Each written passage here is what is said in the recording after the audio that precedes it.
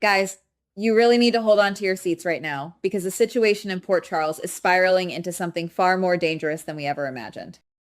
I have been digging deep into the recent developments, and if you ask me, the arrival of Joe in town is not just about a routine investigation into the tragic death of Marco. We have all been watching the way Joe carries himself, that cold, calculated demeanor that screams authority, but there is a layer of darkness beneath that badge that none of us saw coming. It is chilling to think that behind those professional eyes lies a man fueled by a personal vendetta that has been festering for years. We need to talk about the history here, the way the shadows of the past are creeping into the present, and how a simple investigation is morphing into a calculated game of psychological warfare against Lucas. If you ask me, this is exactly the kind of toxic drama that keeps us glued to our screens, wondering who is truly holding the cards in this twisted game of cat and mouse. I have been piecing together the timeline, and it is clear that Joe is not operating from a place of justice, but from a place of profound, unhealed grief. We all know that Marco was the son of a ruthless man like Sidwell, and his death has sent shockwaves through the city. But the connection between Joe and Marco goes back much further than the halls of the hospital. If you ask me, their history in Miami was not just a brief encounter, but a deep, defining chapter of Joe's life that ended in absolute tragedy. The fact that Joe blames Lucas for failing to protect the man they both cared for is a revelation that changes everything we thought we knew about this investigation. We can see how this resentment has been building, a slow-burning fuse that was waiting for the right moment to ignite. It makes me wonder just how long Joe has been planning this, and if his arrival in Port Charles was always intended to be a reckoning for Lucas. Guys, I want you to consider the position Lucas is in right now. He is trying to navigate his own demons, dealing with the fallout of his secret meetings with Sidwell, and now he has this relentless investigator breathing down his neck at every turn. It is incredibly suffocating to watch. Every time Lucas tries to offer a hand, every time he tries to be the professional doctor we know him to be, Joe just twists the knife a little deeper. If you ask me, this is intentional. Joe is systematically isolating Lucas, making him look like the primary suspect in the eyes of the law, while simultaneously feeding his own need for retribution. We are watching a man being set up by someone who believes he is the judge, jury, and executioner. And the scary part is that the evidence is being manipulated so skillfully that even the most observant observers might be fooled. We have to talk about that moment of discovery, that pivotal point where everything could potentially shatter.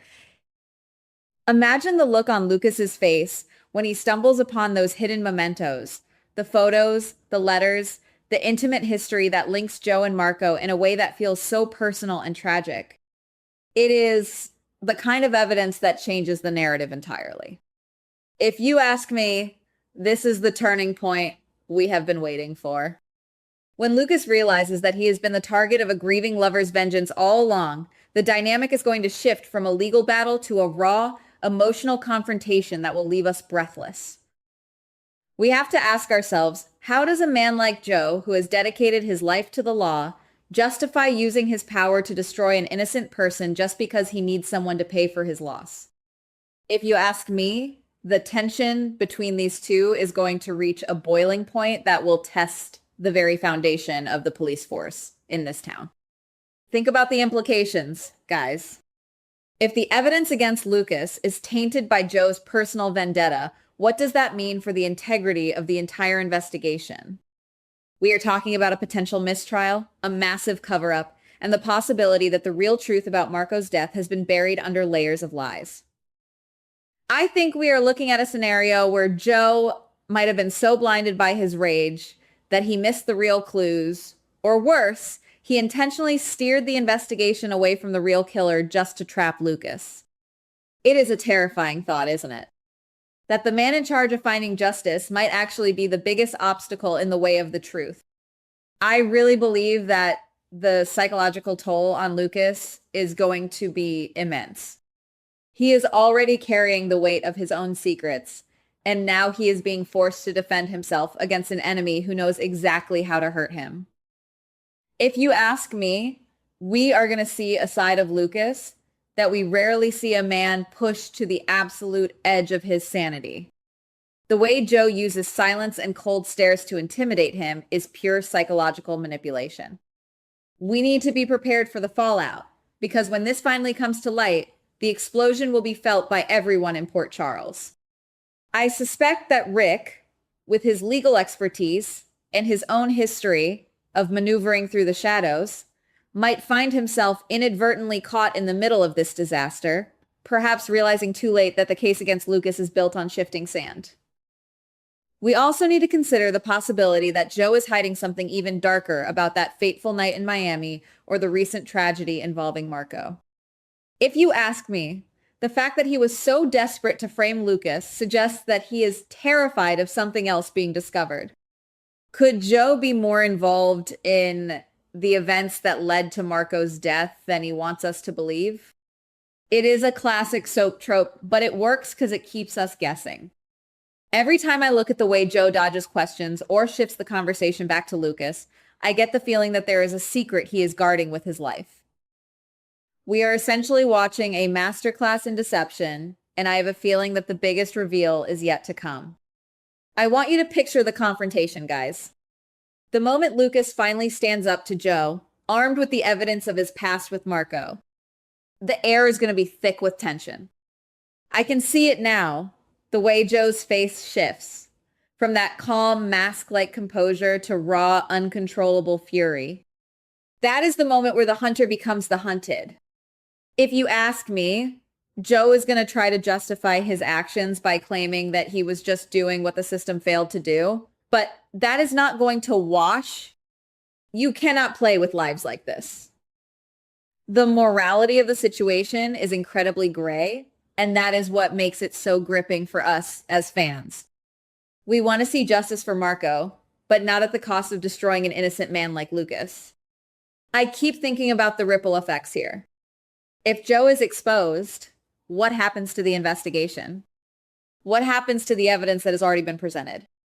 We are looking at a complete collapse of the case, which might actually give the real perpetrator a chance to escape, or, conversely, create a vacuum that someone like Sidwell will be all too happy to fill.